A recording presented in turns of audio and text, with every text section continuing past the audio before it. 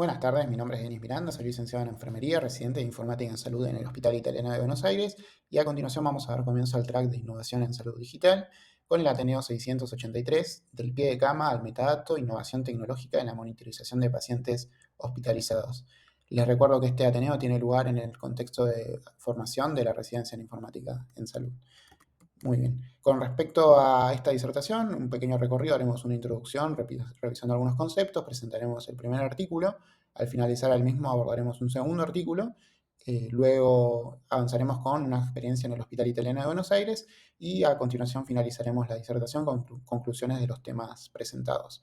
Muy bien, para comenzar, aunque parezca evidente esta pregunta de por qué es necesario monitorizar a los pacientes, es de buena práctica siempre replantearse qué es lo que se busca responder con soluciones digitales y siempre cuando se habla de innovación, qué tan cercanos estamos de dar respuesta de forma efectiva a esas necesidades. ¿De dónde surge la necesidad? Bueno, las constantes vitales almacenados como datos o como señales, ya lo veremos más adelante, pero como dato en el contexto clínico de un paciente en particular, nos brinda información en tiempo real sobre su estado clínico, ¿no?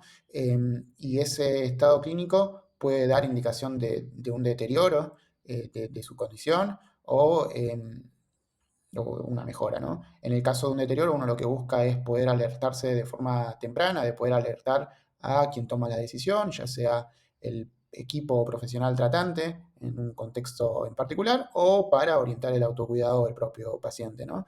Y que a consecuencia de esto se pueda hacer una intervención para prevenir el riesgo, para mitigarlo o en el peor de los casos para mitigar el daño.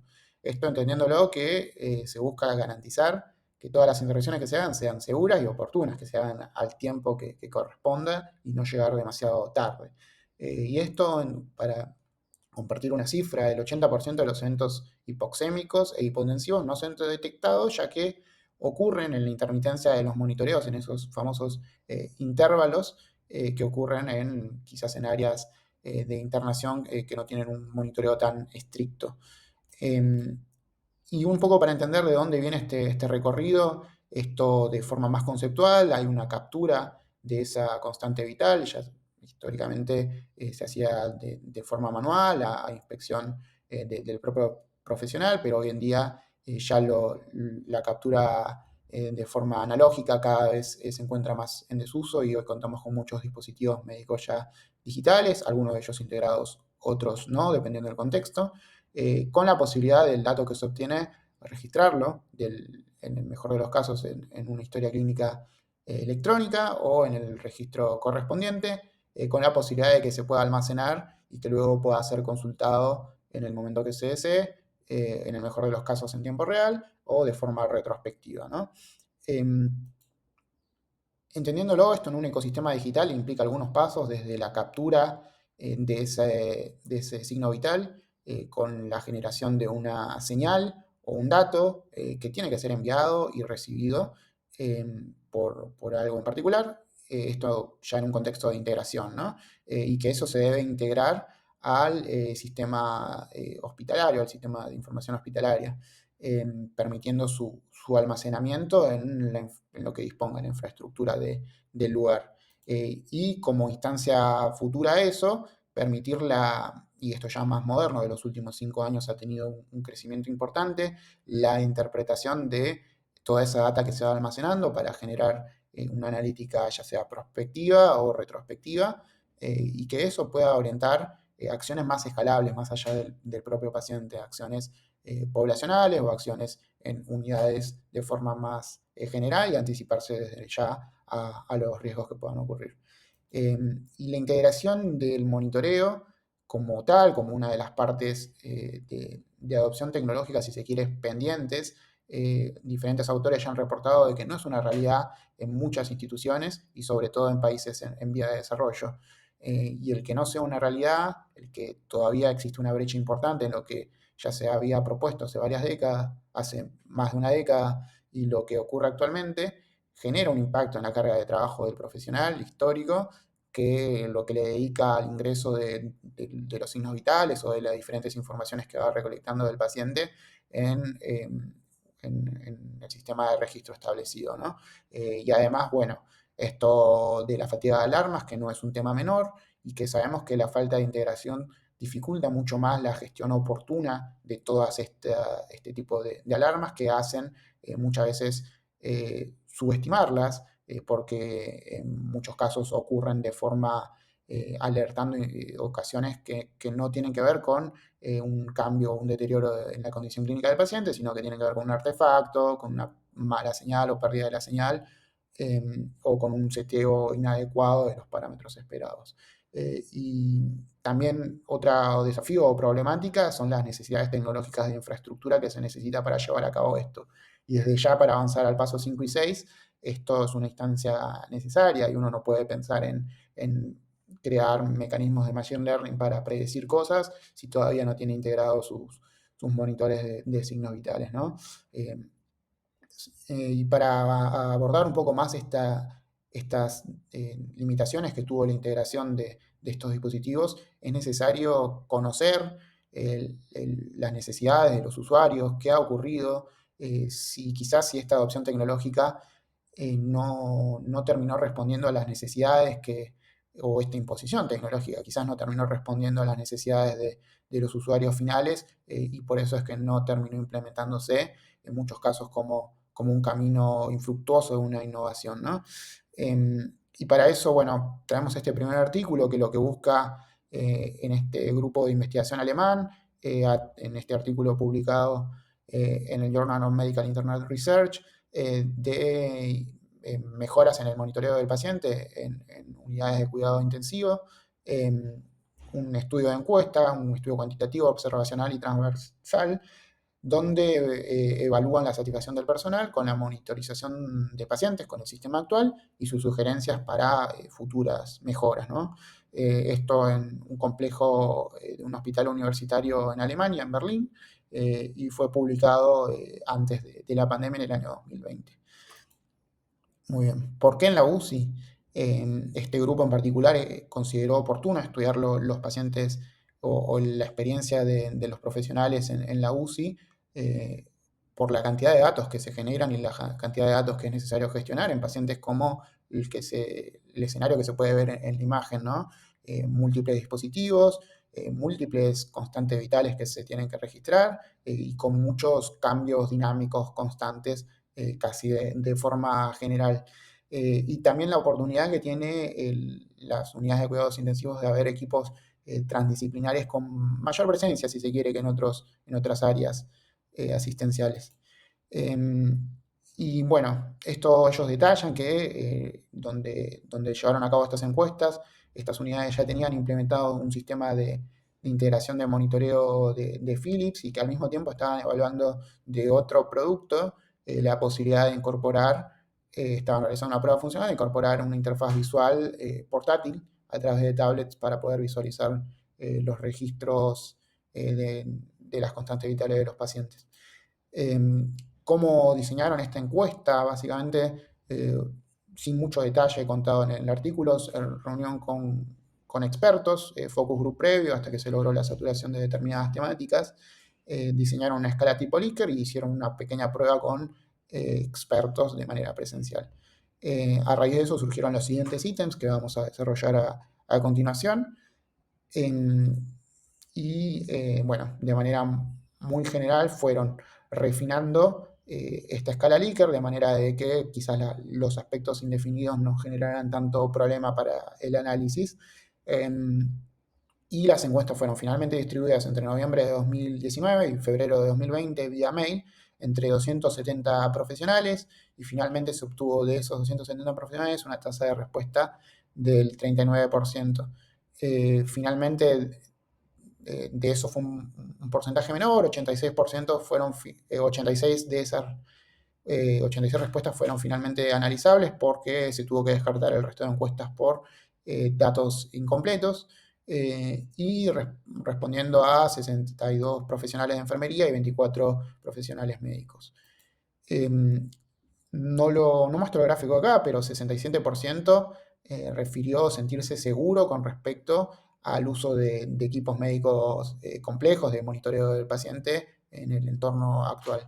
Y con respecto al ítem de aspectos del monitoreo que afectan al cuidado del paciente, acá vemos, acá vemos que cerca de un 70% sufre el tema o padece las falsas alarmas sin ninguna consecuencia clínica real para el paciente. Vemos en asterisco las que tuvieron una diferencia significativa importante y excluidas del análisis par a par, las que correspondían a una categoría de indecisión, ¿no? Y, por ejemplo, bueno, también el 77% refirió que habían demasiados cables al momento de monitorizar a los pacientes y que eso terminaba afectando el cuidado dispensado, ¿no? El resto no mostró un consenso marcado para que lo considerasen como un problema grave, digamos. Eh, y por otro lado, con lo que tiene que ver con mejoras para el monitoreo del paciente en el futuro, hay dos ítems en particular que tienen una unanimidad prácticamente, que son la incorporación, en línea con lo que se mencionaba antes, de los sensores inalámbricos y la reducción de las falsas alarmas, ¿no? De la frecuencia de esas falsas alarmas, ambos en un 93% de acuerdo, de conformidad de los profesionales. Y por otro lado, la posibilidad de incorporar protocolos o manuales de gestión de alarmas también fue visto como un aspecto necesario, ¿no? Para mejorar a futuro. Por otro lado, el aspecto de sugerencia de dispositivos para visualizar el monitoreo remoto, esto entiéndase dentro del ámbito hospitalario, poder ver los pacientes que están internados en esas terapias desde otro lugar de las instalaciones hospitalarias, ¿no? Y acá vemos que tuvo un consenso de rechazo prácticamente general el hecho de incorporar smartwatch y gafas de realidad virtual. Y acá, bueno, los autores detallan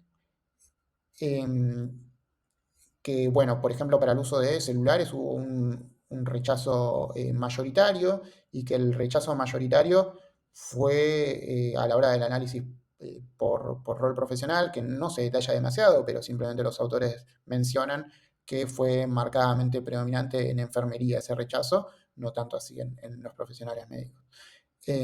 Y sí, quizás hay una mayor aceptación del uso de pequeñas tablets, ¿no? Y bueno, más allá de quizás este escepticismo, vemos que cuando evalúan casos de monitoreo remoto para pacientes hospitalizados, el hecho de que se pueda alertar de forma temprana ante alguna situación o cambio en el paciente tuvo una aceptación general y en caso de que el paciente, de que el profesional responsable del cuidado del paciente esté en diferentes sectores del hospital, se lo vio como un caso de uso ventajoso. Lo que, bueno, claramente tuvo un rechazo marcado fue el hecho de generar este monitoreo remoto para utilizarse durante los espacios de pausas o de recreo dentro de la continuidad del proceso asistencial, ¿no? Obviamente es necesaria la desconexión de las pausas y es esperable que esto tuviera un rechazo marcado.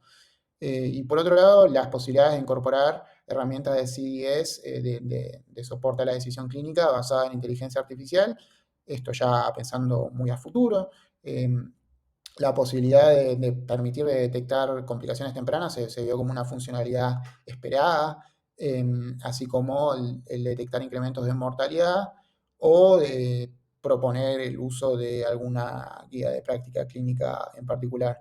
Y al mismo tiempo, bueno, se preguntó en cuanto a aspectos que serían idóneos para avanzar en estas líneas. Hubo un consenso general de que el 90% de los profesionales consideró que es necesaria una formación especializada, específica en estos conocimientos tecnológicos para poder ser adoptados de forma idónea, ¿no? Y que, bueno, desde ya para poder utilizarlos es necesario una transparencia de qué forma actúan, al menos de una forma muy general, todas estas nuevas herramientas. Y se resaltó mucho el tema de la interoperabilidad, de que quizás eso pueda ser una barrera o un desafío importante para todas estas futuras implementaciones. Y con respecto a la actitud profesional para con la nueva tecnología, un 81% afirma que quiere saber más, que le interesa conocer más sobre el tema, y un 65% necesitaría más tiempo para poder dedicarle a estos nuevos aprendizajes. Em, Esto, bueno, un poco mostrando que una población más bien receptiva a la adopción de estos cambios, y analizando lo que concluyen los autores, bueno, resaltan la reducción de alarmas falsas, los sensores, la inclusión de los sensores inalámbricos, la implementación de protocolos o guías de manejo para las alarmas, bueno, la introducción de estas mejoras y la necesidad de una alfabetización o instrucción digital más específica fueron las prioridades planteadas por el personal. Ya a modo de conclusión, eh, se quedó evidenciado el rechazo a dispositivos quizás considerados más disruptivos, como son los smartwatch o las gafas de realidad aumentada, ¿no? Y la necesidad de madurez en muchos de los otros sistemas para que todas estas nuevas implementaciones de vanguardia puedan llegar a concretarse. No fue ajeno al personal asistencial, lo reconocen como tal. Eh, y bueno, destacar toda esta predisposición a querer incorporar nuevas tecnologías. El estudio creo que aborda de una manera eh, interesante las necesidades de una población profesional en particular, pero tiene algunas limitaciones para poder trasladarlo o escalarlo a otros ámbitos, ya que bueno, se realizó en un único centro hospitalario con un instrumento que no fue validado, si bien tuvo una construcción basada en información provista por expertos. No se detalla con profundidad cómo se llegó a esos ítems finalmente. Y bueno, también más allá del instrumento, puede estar sesgado un poco las respuestas por dos aspectos. Al haber sido enviadas vía mail, es probable que los que hayan respondido tengan quizás más afinidad con los entornos digitales. La tasa de respuesta que no fue alta. Eh, y, y bueno, esto, la falta de detalles quizás de algunas de las respuestas brindadas, por ejemplo, de los perfiles profesionales, de a qué hacían alusión con el rechazo por ejemplo, de los smartwatch, ¿no? Que es lo que generó más incomodidad, o esta diferencia profesional en el uso de los celulares. La carencia de validez del instrumento le resta un poco de fuerza metodológica a este artículo. Sin embargo, bueno, plantea creo que claramente esta brecha que puede llegar a existir entre lo deseado, lo posible tecnológicamente, ¿no? Y lo que finalmente se implementa. Eh, y bueno, ya unos años después, en 2024, se publicó este segundo artículo que vamos a traer para hacer una conexión con el anterior, donde toma una de estas necesidades que se plantea sobre la integración eh, de dispositivos inalámbricos, ¿no? En un contexto hospitalario, que ahora detallaremos en más profundidad, ¿no? La implementación y validación de una arquitectura de cama inteligente para el monitoreo inalámbrico con stickers, sticker de biosensores, ¿no? Un estudio mixto, un piloto experimental realizado en Portugal, en el Hospital Universitario de Coimbra, publicado en el 2024. ¿Por qué? Porque en la literatura hay pocos reportes de soluciones digitales similares que ofrezcan un detalle de la validación, de cómo se hizo, a qué entorno clínico estuvo dirigida, y en muchos casos utilizan pacientes sanos o un solo paciente, sin mucho detalle clínico de la patología. Y en casi todos los casos la infraestructura no es evaluada en profundidad. Es un equipo que ya venía trabajando en esta línea, un equipo interdisciplinario, ya venía trabajando en esta orientación de la integración de bioseñales y de parámetros clínicos. Un poco la arquitectura del sistema para comentarles qué es lo que se intentaba validar, que ahora veremos más en detalle. Y bueno, el kit del biosticker medía los siguientes parámetros: temperatura, frecuencia cardíaca, electrocardiograma, con un sensor de los movimientos de inercia y de la frecuencia respiratoria. Por otro lado, bueno, se agregó por fuera del biosticker en sí un oxímetro para poder tener más detalles de esta medición y esta integración. Utilizando una tecnología Bluetooth, se conectaba una Smartbox que está en cada unidad del paciente, que se incluyera en el piloto. Y a la vez ese Smartbox se conectaba vía Wi-Fi a un gateway que recibía los diferentes Smartbox de las diferentes unidades, eh, y a través, bueno, de de un protocolo de HL7 Fire, se comunicaba al sistema de información hospitalaria, eh, facilitando la información al profesional asistencial, ¿no?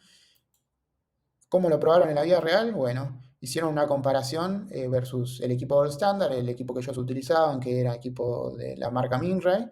El piloto se extendió durante 3 días, no todas las mediciones llegaron los 3 días. Se incluyó 9 pacientes hospitalizados y un voluntario remoto, una persona sana, y se utilizó la unidad de ortopedia, ¿no? Esto viendo que el objetivo del grupo este de trabajo era llegar a las áreas críticas, pero en esta instancia y ante las necesidades de interés particular, abordaron en primera instancia la unidad de ortopedia, que como sabemos tienen necesidades de movilidad o de progresión en la movilidad muy particulares los pacientes que están internados en estas áreas. Muy bien. Entonces, se abordaron diferentes aspectos para obtener resultados de este piloto, como las comunicaciones inalámbricas en cada tramo, cómo fue ese rendimiento, la repercusión de la movilidad en las mediciones, el rendimiento de los dispositivos que conforman la arquitectura del sistema, la experiencia de los pacientes y los profesionales, la precisión de las mediciones y cómo consumían el recurso de la infraestructura ya instalada. Así es como se ve un poco la arquitectura del sistema. Y acá vemos, bueno, un profesional al lado del pie de cama visualizando esta interfaz en una tablet. Después la posibilidad de gestionarlo, el equipo de investigación chequeando toda la data en forma simultánea, ¿no? Mientras se va registrando. Esta es la población elegida, como vemos tuvieron diferentes motivos de admisión con diferentes eh, patologías o condiciones, con diferentes restricciones de movilidad también, con mayor o menor autonomía o mayor restricción. Y bueno, acá como identificaron los Smartbox, la clasificación por género, la edad, y un paciente bueno, que participó como voluntario desde su domicilio en condiciones de salud óptimas. En cuanto a las comunicaciones inalámbricas de cada tramo, bueno, un emparejamiento inicial de 1,5 a 2,5 segundos, que es el tiempo que tarda de que se prende el sticker hasta que se conecta al gateway. Desconexiones puntuales con la condición del paciente, lo que se mencionaba acá, un paciente que tenía una movilidad muy restringida del miembro superior, interfería constantemente la señal con esta limitación articular. Pérdidas de paquete menor al 5,3%, que esto es de la cantidad que se envía al gateway, que parte se termina recibiendo. Y vemos que, bueno, efectivamente los del electrocardiograma, que es lo que se ve acá en los gráficos, es el que mayor pérdida reportó en líneas generales, acá agrupados de acuerdo a la movilidad. Vemos que algo que parece evidente, los pacientes con menor movilidad tuvieron menor pérdida de datos, probablemente también menor pérdida de la señal durante todo el protocolo. Y tiempo medio entre fallos, es decir, el tiempo en que el sistema está funcionando, entre que ocurre cada fallo y fallo, mayor a 1 hora en todos los casos, lo cual es un tiempo óptimo, y el tiempo de recuperación extremadamente cortos, en promedio menor a 1 minuto en caso de que ocurriera una falla, ¿no? Después desde el Smartbox al Gateway, después pasamos a lo que es el gateway al GIS. Y acá, bueno, reportar de que hubo, hubo en el Smartbox, en el gateway, una latencia de entre 28 y 45 milisegundos, lo cual está considerado dentro de lo esperable, y hubo una buena tolerancia a los picos de flujo, esto en los horarios quizás de mayor tráfico dentro de la red, recordando que acá la conexión era vía Wi-Fi, ¿no?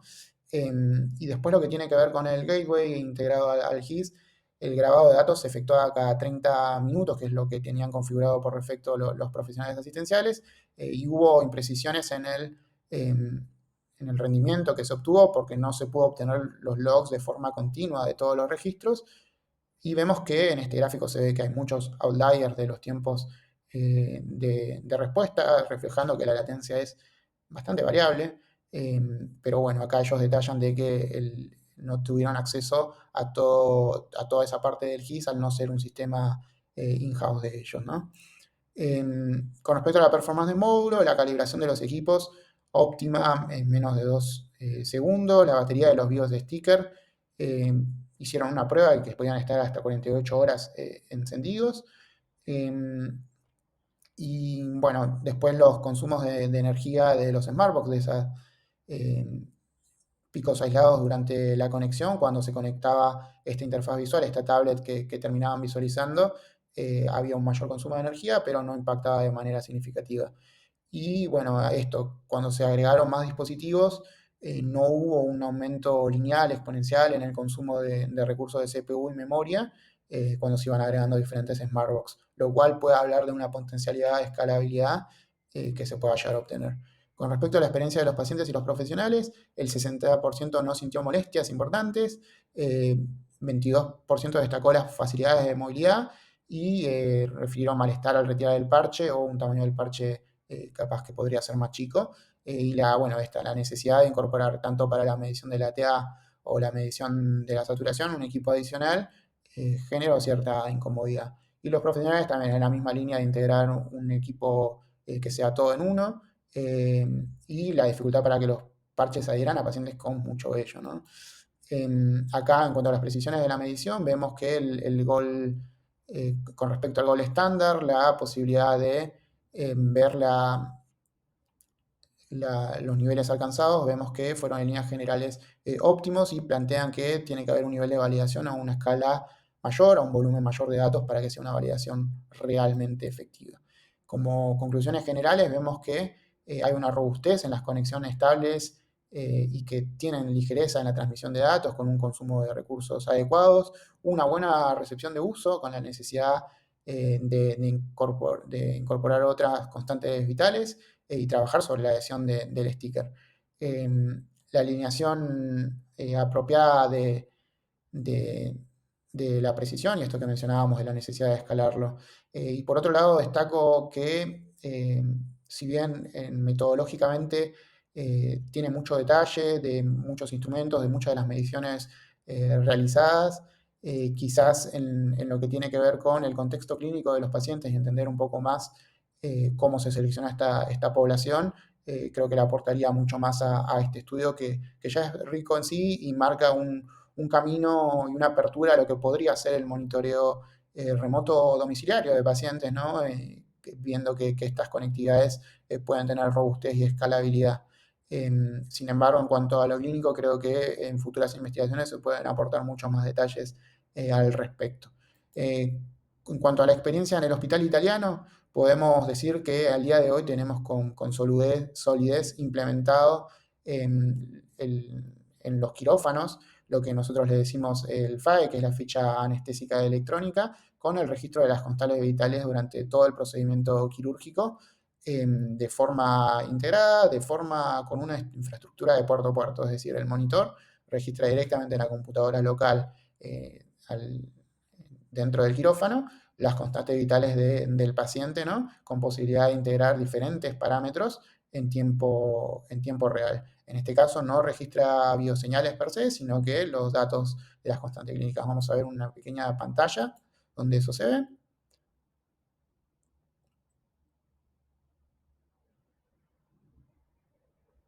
Muy bien, ahí por la recreación temporal solo se va a ver un punto, pero se realiza una gráfica en esos ejes ya delimitados, ¿no? Y uno definiendo los intervalos cada cuántos quiere que se marque el tiempo de medición.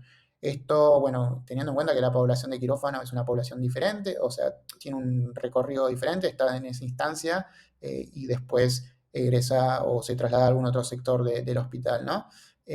Muy diferente a lo que son las áreas de hospitalización, donde los periodos de permanencia son mucho más largos y la movilidad del paciente es diferente, es distinto. Pero bueno, en esto el hospital ya ha avanzado y tiene una línea de desarrollo sólida.